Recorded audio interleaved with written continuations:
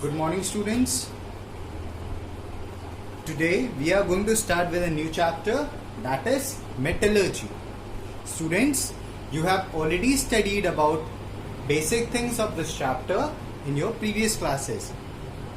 Complete process of profitable extraction of metals from its ores is known as metallurgy. Now, when we are talking about complete process, this complete process includes all the things. That is, when we are talking about study of various processes needed for metallurgy or their application, that is right from the first step, that is detection of minerals at a particular place, then mining them out, processing it, and finally using it for our benefits. All these things come under the process of metallurgy. Now, before moving into the chapter, I would like to recall some basic definitions which you have already studied in your previous classes. Minerals, compounds of various metals found in nature associated with earthly impurities are known as minerals. Students, you all know that all the metals, or in fact we can say most of the metals, are obtained from earth crust. They are mined out and then they are processed. So the raw material, or you can say the raw form which is being mined out from the earth, it will have lot of earthly impurities. Now what are earthly impurities? It may include mud, sand, gravel, all these things. So, and moreover, we all know that metals being reactive are mostly not found in free state in nature. They are found in form of compound, or they exist in form of compound, or we can say that they combine with different non-metals to form compounds and they exist in that particular form. So, the compounds of various metals found in nature associated with earthly impurities are known as minerals. Let's move to the next thing, that is ore. Naturally occurring minerals from which metals can be extracted profitably are known as ore. Let's take an example. Suppose that going by the surveys or on detection, it is found out that at a particular place the amount of iron content is more, and an iron you can say an iron extraction factory was to be set up over there. So what will happen? First of all, the particular place is checked for the content of iron. That is, we won't set up the industry at a place where we have only 10% or 5% of iron. The basic thing is that we'll go for a place where we'll have at least 60 to 70% of iron and about 30 to 40% of impurity, which should be extracted later on. So what are we doing over here? We are going for a place where the concentration of a particular element is more. That concentration of element at a particular place is known as ore. So the raw form of material that will be mined out from there will be known as ore. And what do we know about ore? That the ore will have any particular metal in excessive amount, and then only we can extract it profitably. Our next thing is matrix or gangue. Both are names of same things. So the physical impurities associated with ores are known as matrix or gangue. This may be silicate, then we have mud, sand, gravel, etc. So all the physical impurities which are associated with it are known as matrix or gangue. Next is flux. Now, the substance which is added to ore to get rid of the matrix is known as flux. Students, you all know that when the ores will be dug out or it will be mined out from the earth, the first and foremost thing is to remove the physical impurities from it. And there are certain chemicals which are used to remove these physical impurities. Such chemicals are known as flux. Now what do these flux do? They combine with the physical impurities and slag them out. And in this way, we get rid of such impurities. Okay students, let's have a look at the basic structure of metallurgical process, or we can say the basic structure of extraction of elements through this flow chart. Before that, I would like to tell you that the processes which will be followed in order to extract any particular metal will be decided on the basis of their reactivity. As you can see over here, I have written certain elements on the basis of their decreasing order of reactivity. Potassium being the highest reactive substance is at the top, whereas silver is at the bottom in this particular series. Again I am repeating, I am considering only few elements over here.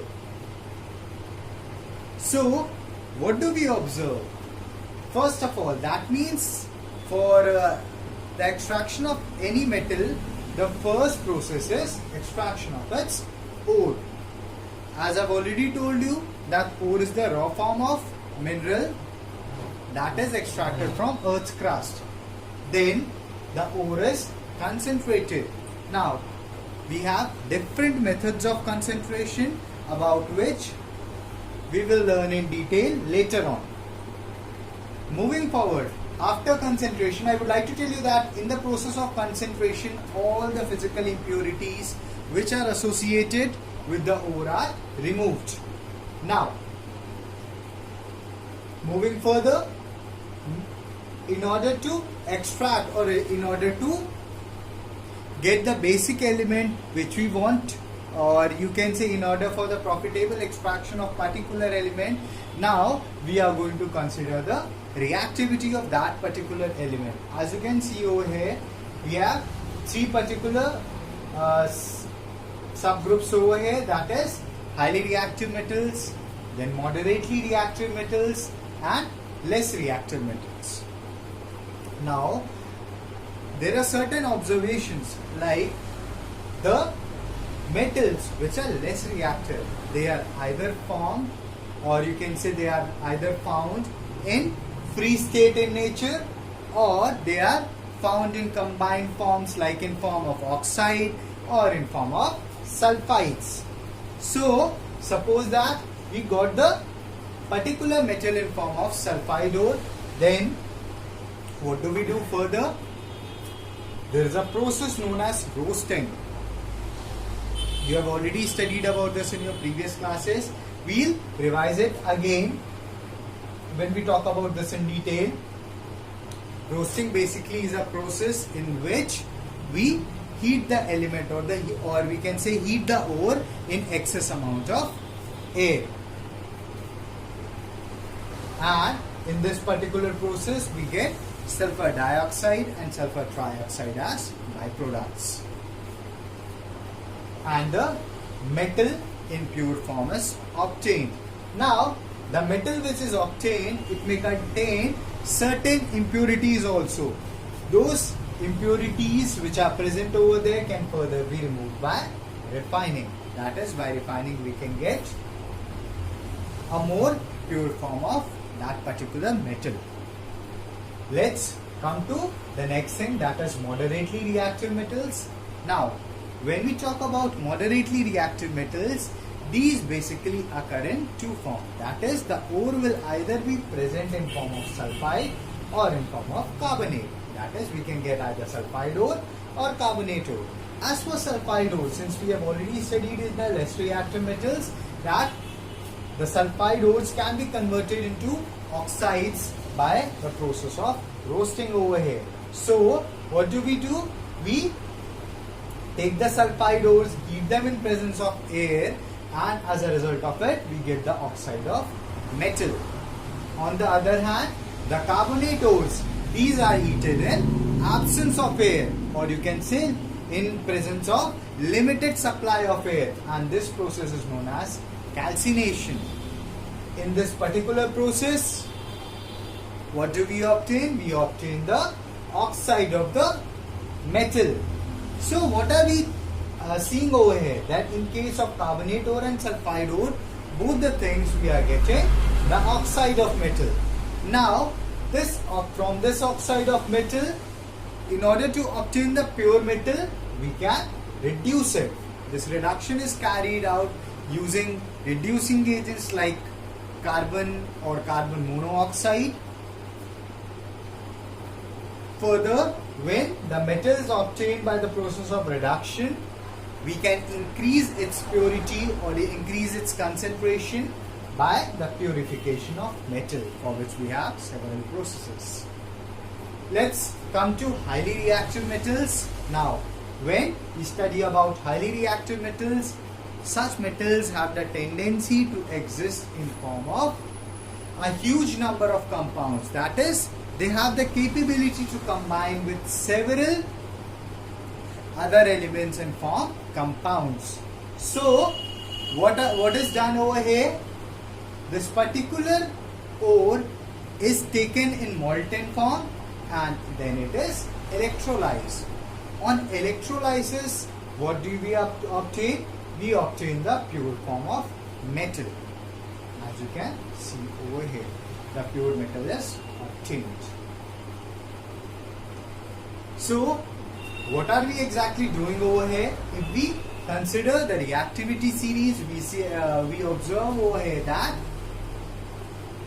metals, or you can say highly reactive metals like sodium, potassium, calcium, magnesium, aluminium, these can be separated from their ores, or these can be extracted from their ores by the process of electrolysis.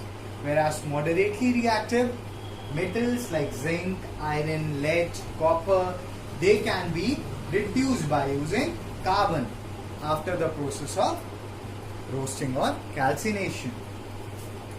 For very low reactive substances like gold or silver, what do we observe? They are found in native state or free state.